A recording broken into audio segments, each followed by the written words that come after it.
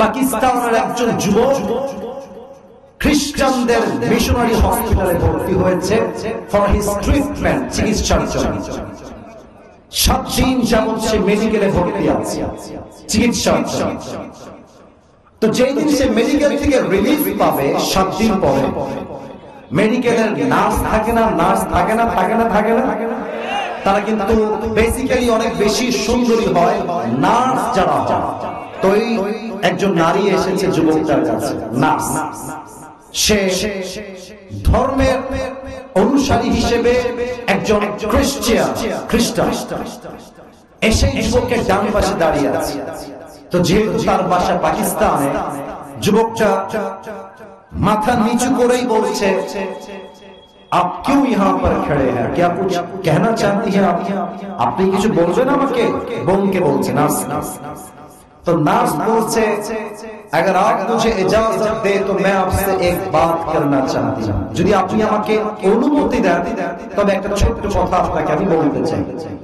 তো যুবক जो मुसलमान बोलছে, बहन जी जो बताना चाहती है बता दे, मैं यहाँ पर बैठा हूँ, যা বলবেন বলেন, কোনো সমস্যা আমার নেই। একটু পর नार्स ताके बोलছে, अगर आप मुझे इजाजत दे दे तो मैं आपसे शादी करना चाहता हूं। খ্রিস্টান এখানে বানায় বলছে না, প্রমাণ হিসেবে আপনি রিচার্জ করতে পারেন ইউটিউবে গিয়ে। উনি নিচে একজন বড় মাপের অনেক বড়। তো মেয়ে যখন বলছে আমি আপনাকে বিয়ে করতে চাই, খ্রিস্টান মেয়ে, তখন যুবকটা ताश्ती खेल गया। अरे आप तो मुसलमान नहीं है, मैं आपसे शादी कैसे कर सकता हूँ? আপনি তো মুসলমান না, আমি আপনাকে বিয়ে করবো কেন? तो मेटा बोलছে, अगर आप मुझसे शादी कर ले तो मैं अभी के अभी कलमा पढ़ के मुसलमान हो जाऊंगा। तो যখন সে বলেছে আমি কালেমা পড়ে মুসলমান হয়ে যাব, এবার যুবক মনে মনে চিন্তা করছে আমি কি বিয়ে আসলেই করবো কিনা, মনে মনে চিন্তা করছে। যখনই চিন্তা আসছে, उत्तर देওয়ার পূর্বেই মেয়েকে বলছে, बहन जी मैं आपसे एक सवाल करना चाहता हूं, একটা প্রশ্ন উত্তর জানতে চাই, যদি আপনি আমাকে বলেন তাহলে আমি প্রশ্ন করব। বলছে বলো। যুবকটা বলছে, यहाँ पे बहुत सारा लड़का एडमिट है इस मेडिकल में, लेकिन आप सबको छोड़कर मुझे ही क्यों शादी करना चाहते हैं? সবাইকে বাদ দিয়ে আমি কেন? ওইটা না কেন, ওইটা কেন নয়, আমি কেন? এবার মেয়েটা যে উত্তর দিয়েছে সেই উত্তরটা তাকওয়ার সঙ্গে রিলেটেড। মেয়েটা বলেছে, आप यहाँ पर 7 से 10 दिन तक एडमिट थे, আপনি প্রায় 7 থেকে 10 দিন যাবত এখানেই ভর্তি আছেন। আমি যখনই আসি এই রুমে, मैं हमेशा देखता हूं कि हर कोई मुझे आंख उठा के देखता है कि कितनी हसीन लड़की आई है। আমি প্রবেশ করলে সব যুবক ফেল করে আমার দিকে হা করে তাকায় থাকে আর বলে কত সুন্দরী মেয়ে এসেছে। लेकिन तुम एक ऐसे इंसान हो जिसने मुझे आज तक आंख उठा के भी नहीं देखा।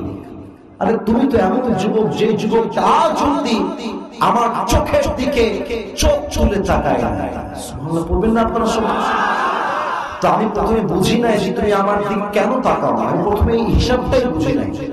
পরে আমি একজন আমার পরিচিত মানুষকে বললাম যে हर कोई मुझे देखता है लेकिन ये लड़का मुझे कभी भी आंख उठा के नहीं देखता, इसका वजह क्या है, কি কারণ এই যুবকটা আমাকে দেখে না কেন? তিনি আমাকে উত্তর দিয়েছেন, हर मुसलमान के दिल में अल्लाह का डर होता है, इसे कहते हैं आरबी में खौफ। जब भी कोई काम करता है उससे पहले ये सोचता है कोई भी मुझे नहीं देखता, लेकिन मुझे देखता है कौन? বলেন সবাই কে দেখে? মুসলমানদের মাঝে আল্লাহর ভয় আছে, তাই তারা বেগানা নারীর দিকে চোখ তুলে তাকায় না। আমি এটা শোনার পরে আমি তোমার জন্য পাগল হয়ে গিয়েছি। কারণ যে